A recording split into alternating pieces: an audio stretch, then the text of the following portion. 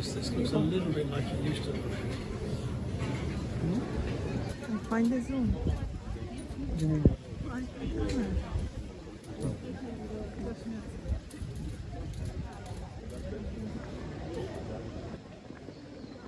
Does anybody just look after that one? As a heritage? Yeah. It's now a restaurant.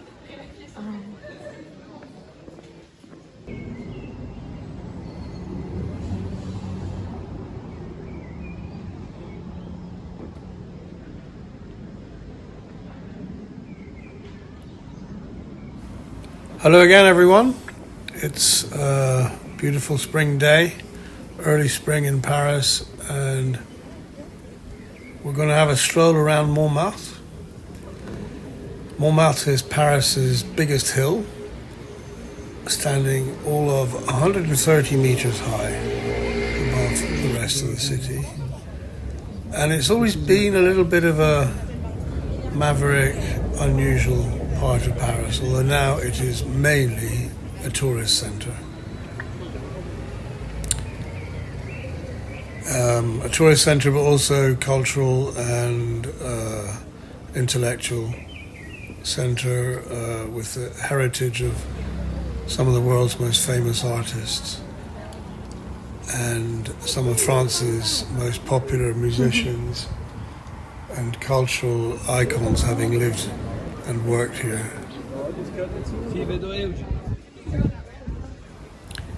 Here on the main square of Montmartre, which is the Place du Théâtre, there's always plenty of street artists and caricaturists have been here since the Basilica was built. We don't recommend it as a place to get your portrait done. Many of the pictures were actually painted in China. They're sold like cookie cutter scenes of the city, often in naive style, and they're not very convincing. But for some reason it's become an absolute magnet for tourists, and it's worth a stroll because the narrow streets, the boutiques, and the atmosphere remains Parisian despite the overwhelming invasion of tourists at all times of the day and night. Over there in the distance, you can see the Tour Montparnasse, which is Paris's biggest building. It's said that the Tour Montparnasse is the most beautiful part of Paris, mainly because it's the only part of Paris that you can't see the Tour Montparnasse. So here we are on the Place du Théâtre, walking around, trying to navigate our way through the hordes of tourists and visitors on our way to the Basilica.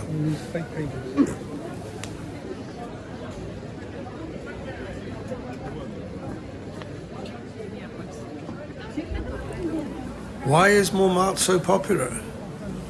Partly nowadays, it's really known for all the artists, famous artists who lived and worked here, including Picasso, including Utrillo, including Renoir, Raoul Dufy, André Derain, and composers like Eric Satie and other artists.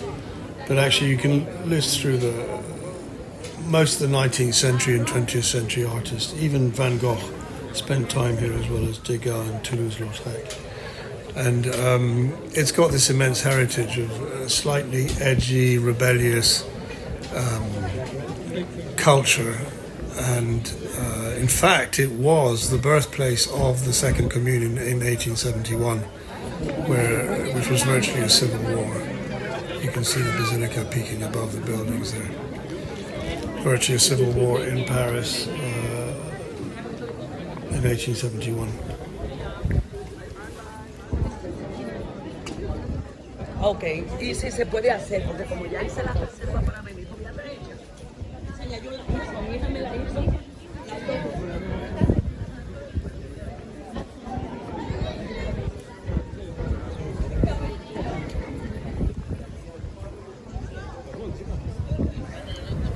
If you want to get a real feel for the area, the best time to come would probably be on a winter evening in the week, when there's still some livelihood but not too many people and some decent restaurants and bars, or early on a Sunday morning sunny, warm Sunday morning in spring or summer, where before the hordes of tourists invade, you have the most extraordinary views of the city from Montmartre when you get round to the top and round to the Basilica, as we shall see.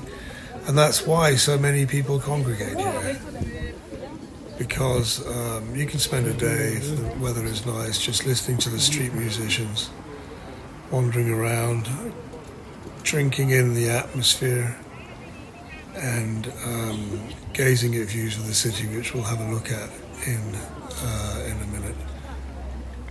Montmartre used to be agricultural, and in fact it was covered in vineyards, and there's still one tiny vineyard left which produces a harvest every year and bottles its product and makes a big party out of the tasting.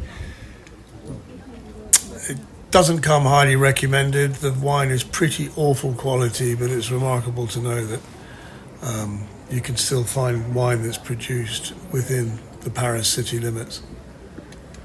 And here we are on our way to the Basilica, navigating through the hordes of tourists. I don't know why the city of Paris still lets cars drive up here.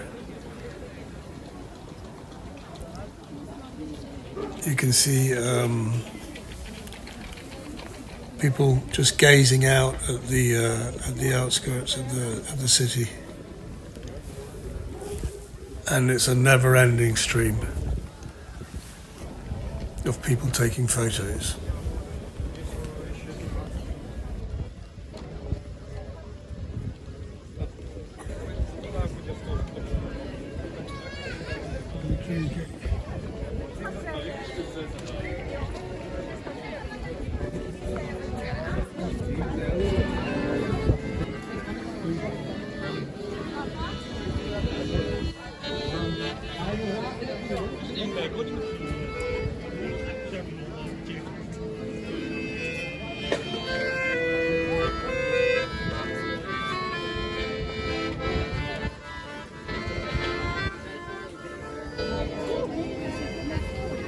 The immense number of padlocks chained to the fence for some reason haven't made it collapse yet, but no doubt it will happen.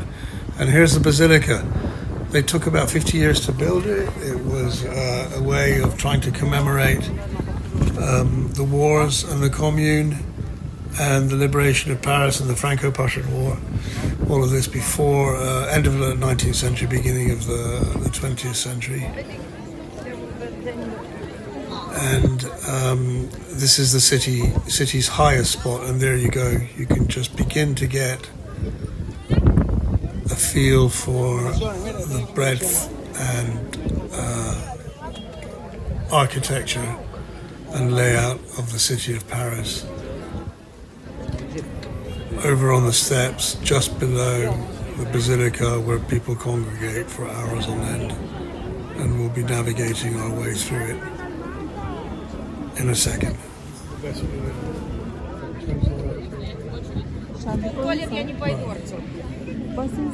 Oh, it's a church, but it's just politics.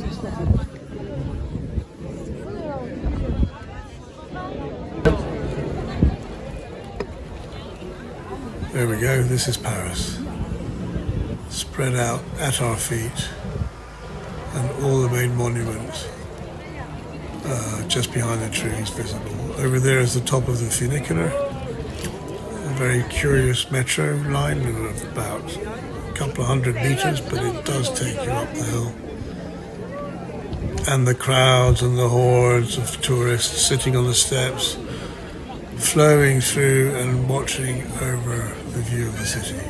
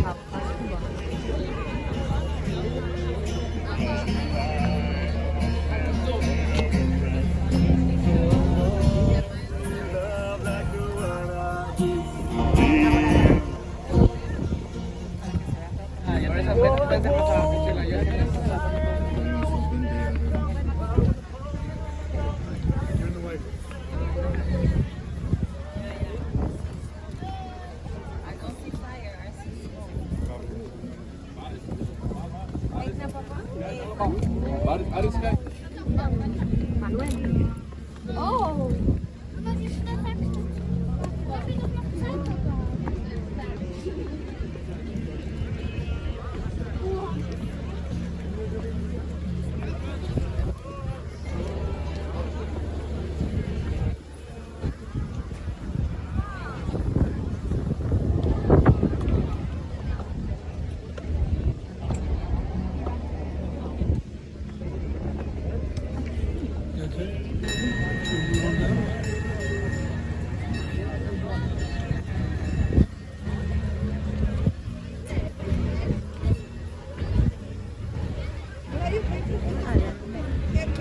Come below me and I'll point things at you.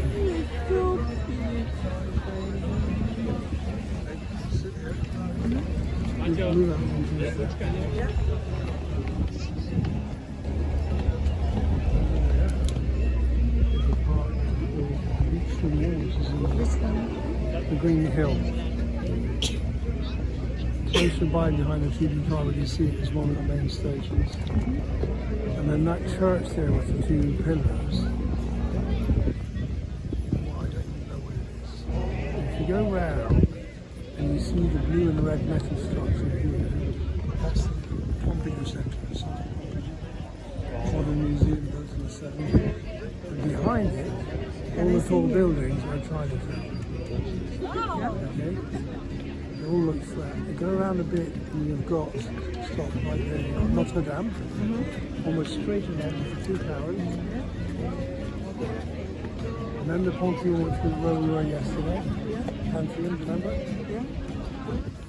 They carry on around, and the big tall tower is called the Montmartre Tower. What is that? What is and, Is it residence? sorry? Is it residence? No, it's office building, and it's a scandal because it's right in the middle of the town.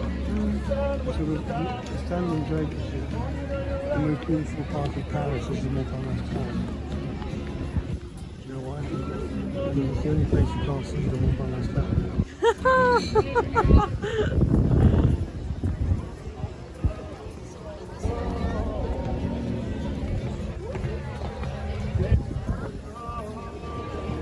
If you like, we can carry on walking down the tourist trail.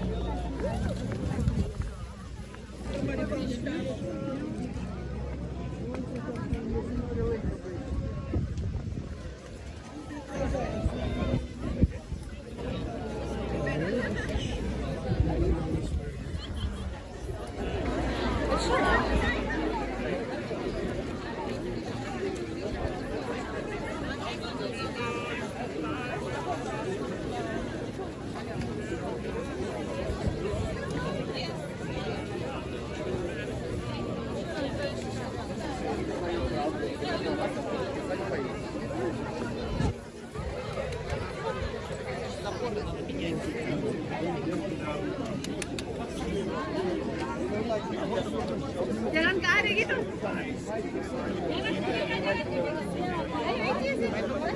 Wait, careful. Papa orang lewat ke badai.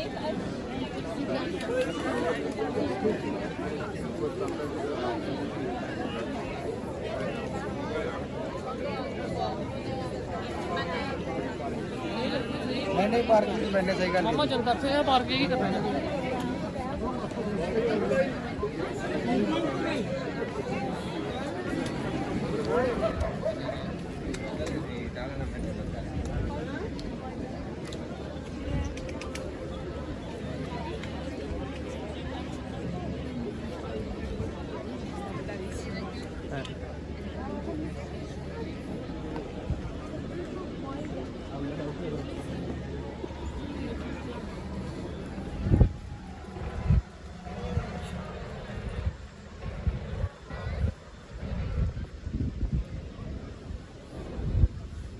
Alan. Alan,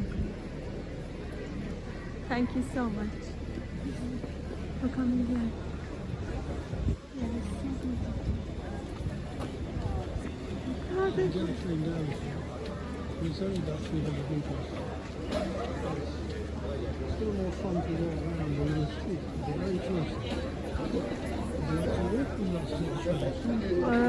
You can help while the train goes. See, the train goes down to there.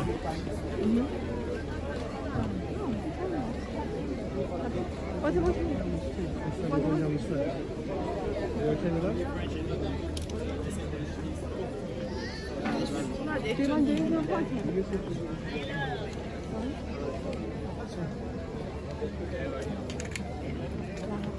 I really, I love it.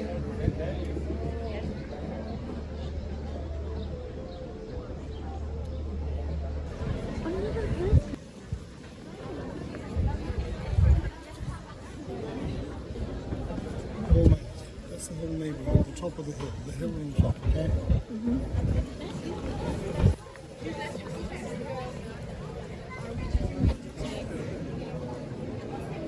We're going to have to fight the crowds to get down, okay? We'll go down a slightly different way.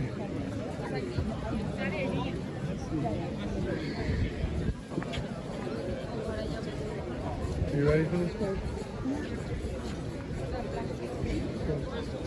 Go down to here, there's no spot like that. Used to be frequented by Picasso, but yeah, I mean, what's the point? It's no longer.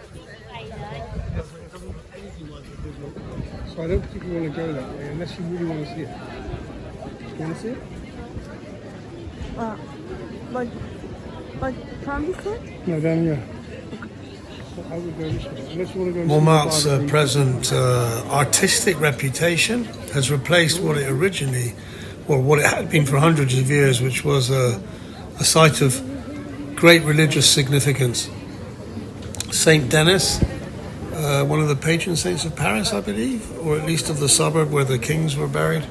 Saint Denis was famously decapitated at the top of Montmartre by the Romans in 250 AD, and was famous because he carried his own head a few hundred yards down the hill before he eventually died.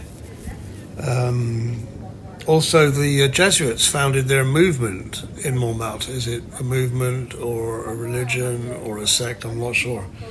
But they gathered on Montmartre to found the Jesuit church.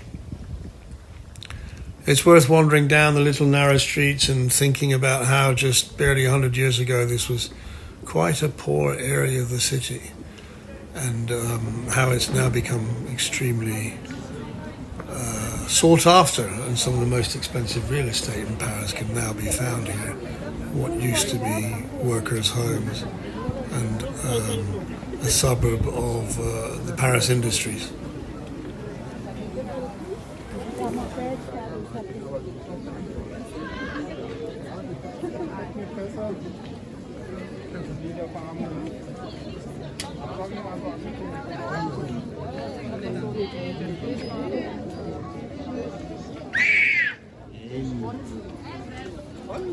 No, that's not the street to drive down.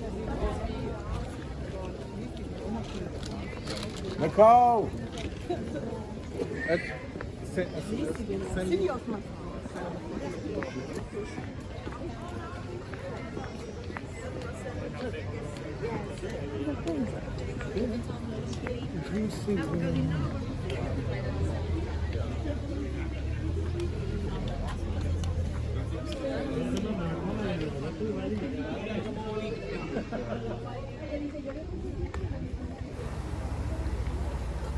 So the area used to be agricultural. It was a village with vineyards, with orchards, and other kind of agricultural produce. And in fact, also the site of Paris's main windmills. There were at one point 13, although they very quickly lost their usefulness with the Industrial Revolution, and now only one remains, which is this one here, and is the site of a restaurant. There is another windmill further down the hill at the Moulin Rouge. I'm not sure if that was its original site or not.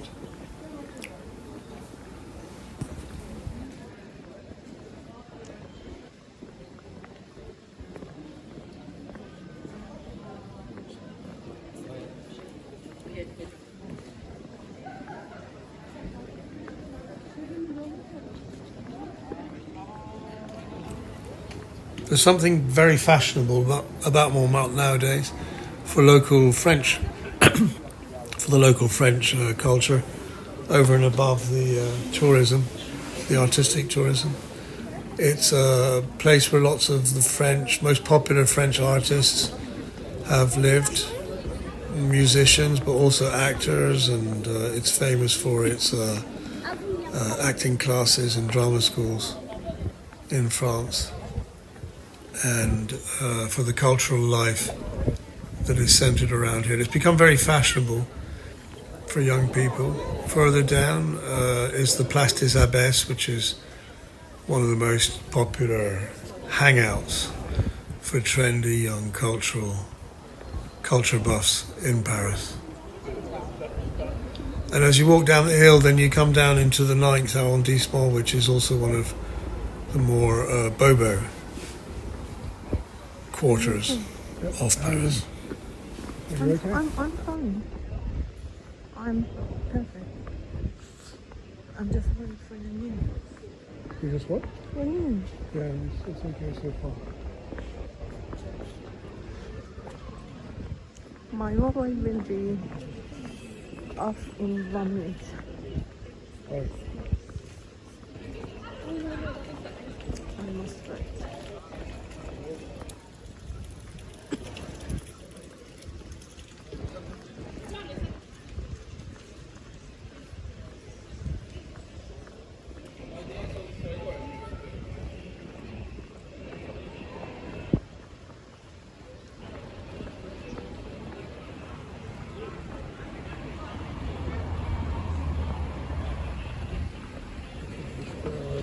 I'll tell you what.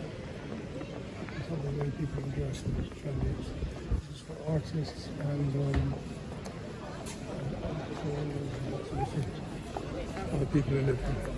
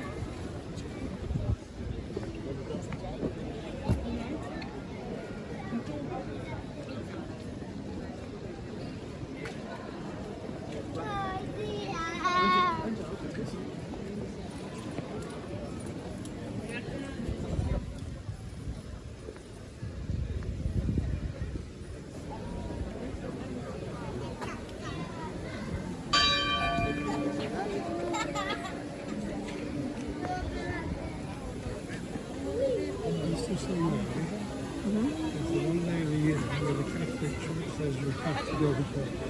Even if you can't do it any other day, you must take every effort to do it at least for somebody.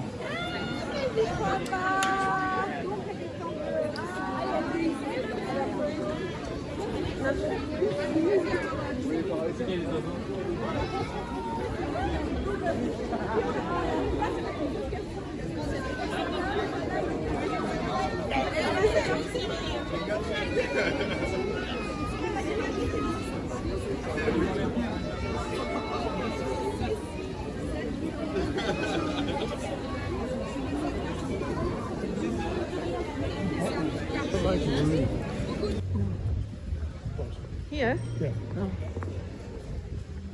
Oh. No what? Yeah, it's so busy. You I'm want to so go? busy. I don't want to leave this side.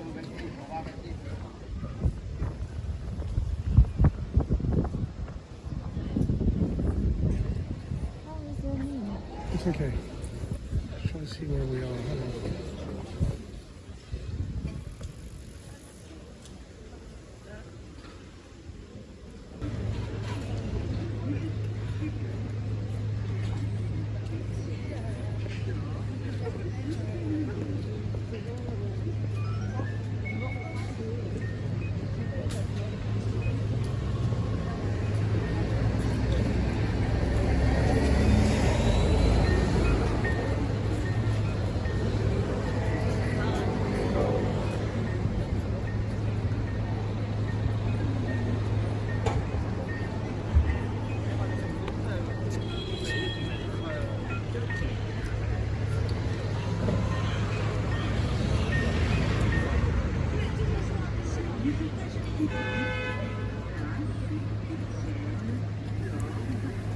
We're now back down the bottom of the hill in the 9th arrondissement, and we're going to reward ourselves with one of the most delightful Parisian habits, which is a coffee and a croissant. Of course, croissants were actually invented in Vienna, but Paris took them over and learned to make them better than anyone in the world.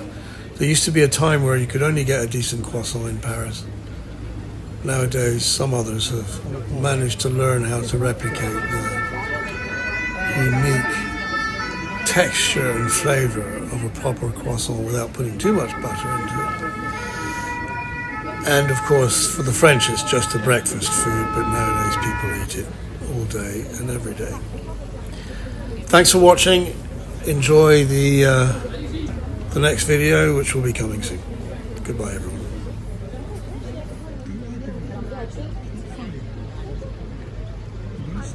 I like it. I'm not going to stop.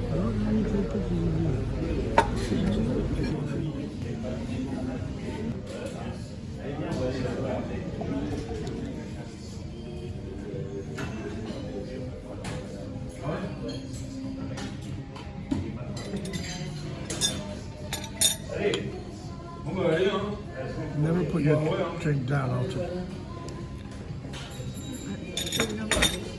That's the reason, because I want